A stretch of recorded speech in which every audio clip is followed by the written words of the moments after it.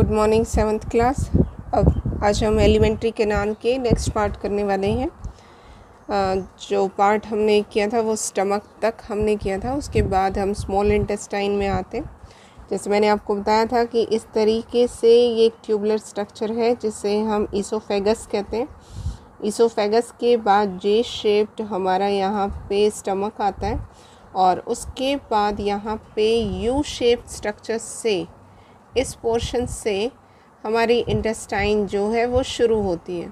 Approximately ये काफ़ी लंबी है, 7.5 जो है वो आपकी एनसीईआरटी में दी हुई है। वैसे हम 5 to 6 जो है मीटर इस स्मॉल इंटेस्टाइन की लेंथ को हम मानते हैं। स्मॉल इंटेस्टाइन जो है वो काफ़ी लॉन्ग होती है, ठीक है। इसे स्मॉल बोलने का कारण मैंने आपको बताया था कि इसका जो ल्यूमेन है वो काफ़ी नैरो है, ठीक है।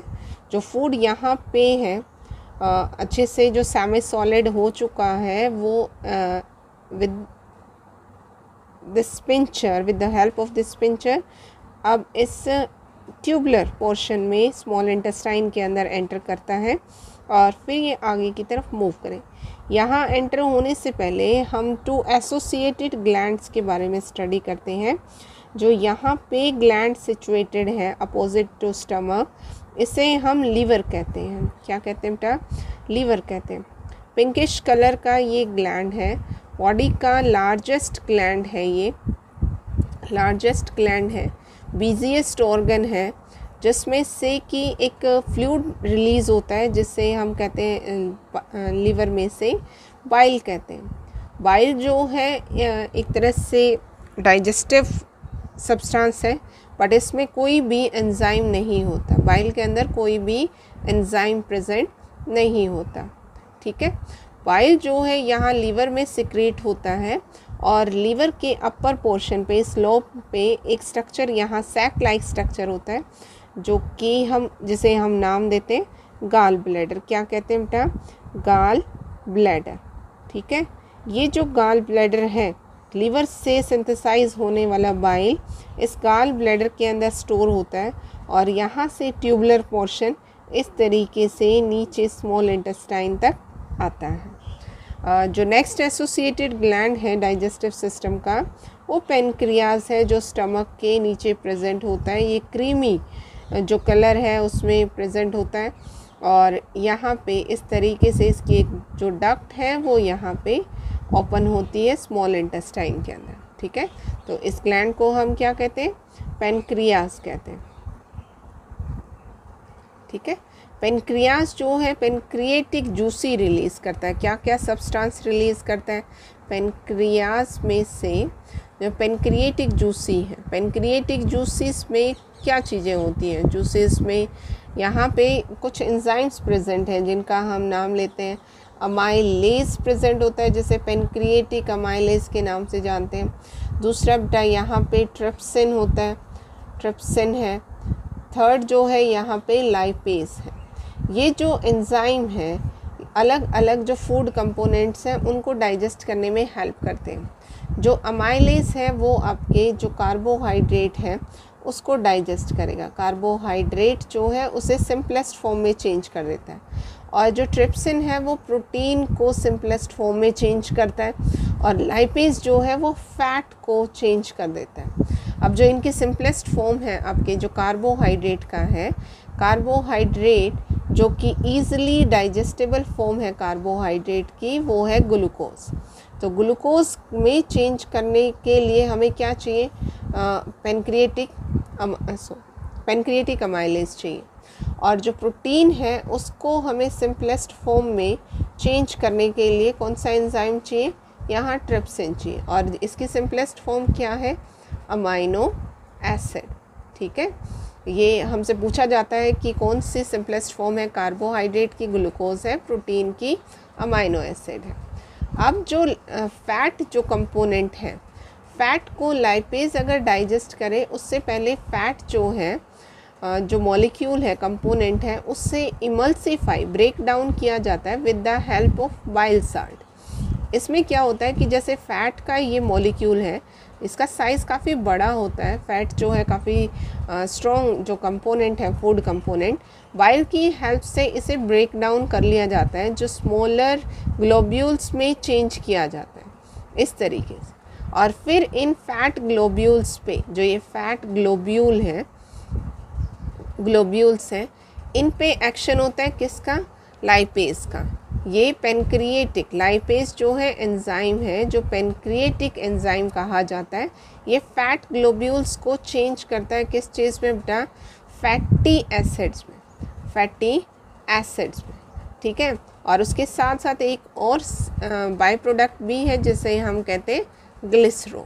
तो इस तरीके से जो पेनक्रिएटिक जूसी है, जो भी यहाँ से फ्लूइड निकलता है, वो इस डक्ट की हेल्प से, इसे कॉमन डक्ट कहते हैं। जैसे ये जो यहाँ से गाल ब्लैडर से आ रही है, इसे बाइल डक्ट कहा जाता है। पेनक्रियास से जो डक्ट आती है, मैं आपको फिर से बना के दिखा रही हूँ यहाँ पे कि ये गाल ब्लैडर है, और गाल ब्लैडर से जो ये डक्ट आ रही है, इसे हम बाइल डक्ट कहते हैं। और यहाँ से जो ये पेनक्रियास से ये वाली जो डक्ट आ रही है, इसे पेनक्रिएटिक डक्ट कहा जाता है। बाद में ये डक्ट आपस में दोनों की दोनों ज्वाइन हो जाती हैं, और यहाँ पे ये जो हमारा फर्स्ट पोर्शन है स्मॉल इंटेस्टाइन का, यहाँ ये ओपन होती हैं। तो इस पोर्शन में हम इसको कॉमन डक्ट कहते हैं। क्या कहते हैं? कॉमन डक्ट कहते हैं। तो जो फ्लूइड यहाँ पे दोनों पोर्शन से, बाइल और जो पेनक्रिएटिक जूसी आता है, वो सारा इस फूड के अंदर मिक्स कर दिया जाता है। यहाँ पे फूड का नेचर फिर से एल्केलाइन हो जाता है, क्योंकि जो पेनक्रिएटिक जूस है वो एल्केलाइन इन नेचर है। आया आपको समझ में? यहाँ पे अब फूड के अंदर ये सारा पेनक्रिएटिक जो जूस है, बाइल जो है, वो मिक्स होता है। तो अलग अलग तरह से ये अपना काम करना शुरू करते हैं। जैसे कार्बोहाइड्रेट को ब्रेक डाउन किया ग्लूकोज में, प्रोटीन को ब्रेक डाउन किया अमाइनो एसिड में, और इसी तरीके से पहले बाइल ने, जो बाइल सॉल्ट है, उसने फ़ैट पे अपना एक्शन परफॉर्म किया, और जो फैट ग्लोब्यूल्स थे, लार्ज जो ग्लोब्यूल हैं, उनको ब्रेक डाउन करके स्मॉलर ग्लोब्यूल्स में, फैट ग्लोब्यूल्स जो हैं यहाँ स्मॉल साइज़ में चेंज हुए, ये लार्ज ग्लोब्यूल हैं। और इन्हें चेंज करने के बाद जो पेनक्रिएटिक एंजाइम है लाइपेज, उसने अपना एक्शन यहाँ परफॉर्म किया और इसे चेंज किया फैटी एसिड और ग्लिसरॉल। अब ये चेंज करने का बेनिफिट क्या है? यहाँ पे जो स्मॉल इंटेस्टाइन है वो इन सिंपलेस्ट फॉर्म को कंज्यूम कर पाएगा। ग्लूकोज को वो कंज्यूम कर सकता है, अमाइनो एसिड को वो कंज्यूम कर सकता है, और फैटी एसिड और ग्लिसरॉल को वो कंज्यूम कर सकता है। These are the simplest form. यही डाइजेशन का मेन रोल है कि complex molecule change into simpler one. ठीक है, तो यहाँ पे अब ये जो फूड जो है वो पूरी तरह से सिंपलेस्ट फॉर्म में आ चुका है। तो ऐसा स्मॉल इंटेस्टाइन में क्या है जिसकी वजह से इसे एब्जॉर्ब किया जाए? अगर इंटरनली, जैसे हम ये ट्यूबुलर पार्ट स्मॉल इंटेस्टाइन का लेते हैं यहाँ पे, तो इसमें आप ये हायर क्लासेस में स्टडी करेंगे कि ये एक सिंगल जो लेयर है, यहाँ 4 लेयर्स प्रेजेंट होती हैं।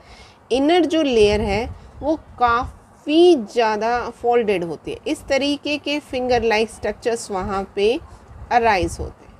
ऐसे ये स्मॉल इंटेस्टाइन का इनर पार्ट है। इन जो ये फिंगर लाइक स्ट्रक्चर हैं, इन्हें हम विली कहते हैं। ठीक है, ये पूरे स्मॉल इंटेस्टाइन में प्रेजेंट होती है। इधर भी ये स्ट्रक्चर्स प्रेजेंट है। तो बीच में जो स्पेस बचता है यहाँ पे, ये पोर्शन जो है हमारे फूड का है। यहाँ से फूड मूव करता है, जो कि पूरी तरह से सेमी सॉलिड या लिक्विड फॉर्म में चेंज हो चुका है। अब ये जो विलाई है जिनका स्ट्रक्चर इस तरीके से शो हो रहा है, इन विलाइस के अंदर ब्लड वेसल्स प्रेजेंट होती हैं। ठीक है, और ये अपने स्ट्रक्चर के बेसिस पे एब्जॉर्प्टिव एरिया भी इंक्रीज़ करते हैं स्मॉल इंटेस्टाइन का। अब यहाँ पे भी एब्जॉर्प्शन होता है, इस एरिया में भी एब्जॉर्प्शन होगा, यहाँ भी एब्जॉर्प्शन होगा। इस तरीके से स्मॉल इंटेस्टाइन का जो एब्जॉर्प्टिव एरिया है वो इंक्रीज़ होगा। तो ब्लड वेसल्स यहाँ तक आती हैं, और ये जो क्रॉस करके जो स्किन यहाँ पे प्रेजेंट है, स्मॉल इंटेस्टाइन की जो मसल्स यहाँ प्रेजेंट हैं, मेन ब्लड वेसल्स तक उसे पहुँचा देती है। अब ब्लड वेसल्स में जाने के बाद ये जो न्यूट्रिएंट्स हैं, ये बॉडी के हर एक पार्ट तक, जहाँ भी उसकी रिक्वायरमेंट है, उसकी जो नीड है, वहाँ तक ये जो है एसिमिलेशन प्रोसेस से, कौन से प्रोसेस से? एसिमिलेशन प्रोसेस से ट्रांसफ़र कर दिए जाते हैं। जैसे मैंने आपको न्यूट्रिशन के 5 स्टेप्स बताए थे, कौन कौन से बताए थे, याद है आपको? फर्स्ट कहा था इंजेशन कहा था, ठीक है, इंजेशन हमने किया था जिसमें टेकिंग ऑफ फूड था। नेक्स्ट था डाइजेशन बेटा, और डाइजेशन में क्या था कि कॉम्प्लेक्स फूड जो है वो चेंज करना है सिंपलेस्ट में।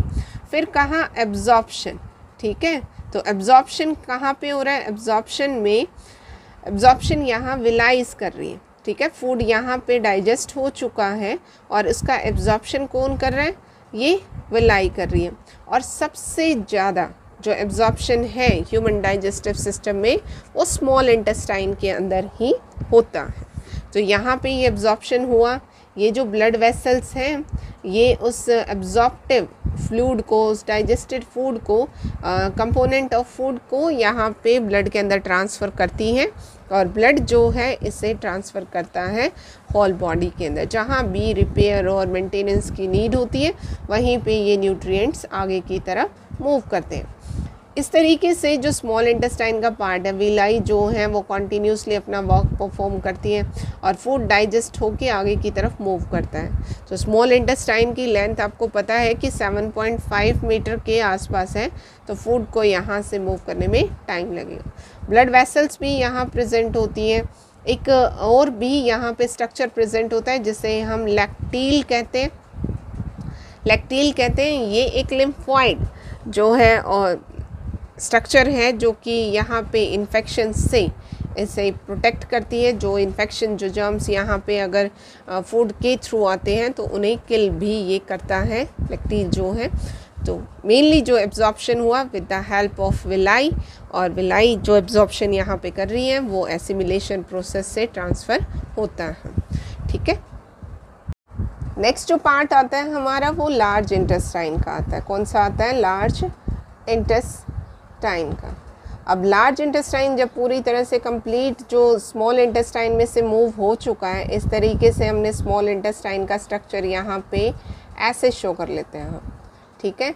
तो इस पार्ट के बाद जो ट्यूबुलर स्ट्रक्चर है, लार्ज इंटेस्टाइन की लेंथ कम होती है लेकिन उसका जो ल्यूमेन है वो पार्ट काफ़ी बड़ा होता है। इस तरीके से ये जिग जिग पोर्शन में है, जो डाइजेस्टेड फूड है वो यहाँ पे पहुँचता है, ठीक है। और उसके बाद फूड में से मेनली जो फूड कंपोनेंट हैं वो एब्जॉर्ब हो चुके हैं स्मॉल इंटेस्टाइन के थ्रू। जो बचा हुआ पार्ट है, अनडाइजेस्टेड पोर्शन है, वो अब यहाँ से मूव करेगा, ठीक है। ये असेंडिंग पोर्शन है लार्ज इंटेस्टाइन का, this one is large intestine. फिर ये ट्रांसवर्स पोर्शन से मूव करता है। तो लार्ज इंटेस्टाइन में क्या होता है?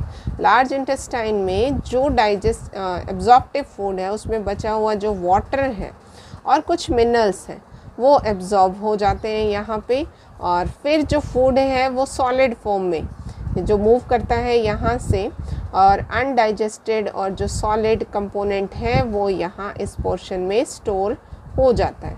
ये पोर्शन क्या कहलाता है? रेक्टम कहलाता है। ये स्मॉल इंटेस्टाइन का लास्ट पार्ट है। और उसके बाद जो बॉडी में जो एलिमेंट्री कैनाल की लास्ट जो ओपनिंग है जिसे हम एनस कहते हैं, और यहाँ से ये अनडाइजेस्टेड फूड जो है वो बॉडी से बाहर हो जाता है। लार्ज इंटेस्टाइन के अंदर कोई मेनली एब्जॉर्प्शन नहीं होता, वहाँ पे सिर्फ वाटर और जो रिमेनिंग मिनरल्स प्रेजेंट हैं वो एब्जॉर्ब होते हैं। यहाँ पे जो ये वॉल्स हैं उसमें से एब्जॉर्ब करते हैं। ये जो पोर्शन है यहाँ पे जो फर्स्ट पार्ट है लार्ज इंटेस्टाइन का, यहाँ पे एक फिंगर लाइक स्ट्रक्चर्स प्रेजेंट होता है इस तरीके से। ये क्लियरली शो तो नहीं होता लेकिन फिर भी हम इसे इस तरीके से हम फिंगर लाइक शो देखते हैं, और इसे हम बोलते हैं वर्मीफॉर्म अपेंडिक्स। वर्मीफॉर्म अपेंडिक्स, ठीक है। ये वेस्टिजियल ऑर्गन है, ठीक है, वेस्टिजियल ऑर्गन है। इसका फंक्शन अभी हमारी बॉडी में नहीं है। जब हम रॉ फूड कंज्यूम करते थे जिसके अंदर सेलुलोज प्रेजेंट होता था, तब ये वर्मीफॉर्म अपेंडिक्स जो है वो एक्टिव होते थे। अभी हम कुक्ड फूड जो है वो कंज्यूम करते हैं तो वर्मीफॉर्म अपेंडिक्स का जो साइज़ है वो काफ़ी ज़्यादा रिड्यूस हो चुका है, और इसीलिए हम इसे वेस्टिजियल ऑर्गन कहते हैं। ये लिम्फॉइड ऑर्गन की तरह भी एक्ट करता है जो कि लार्ज इंटेस्टाइन में प्रेजेंट होता है।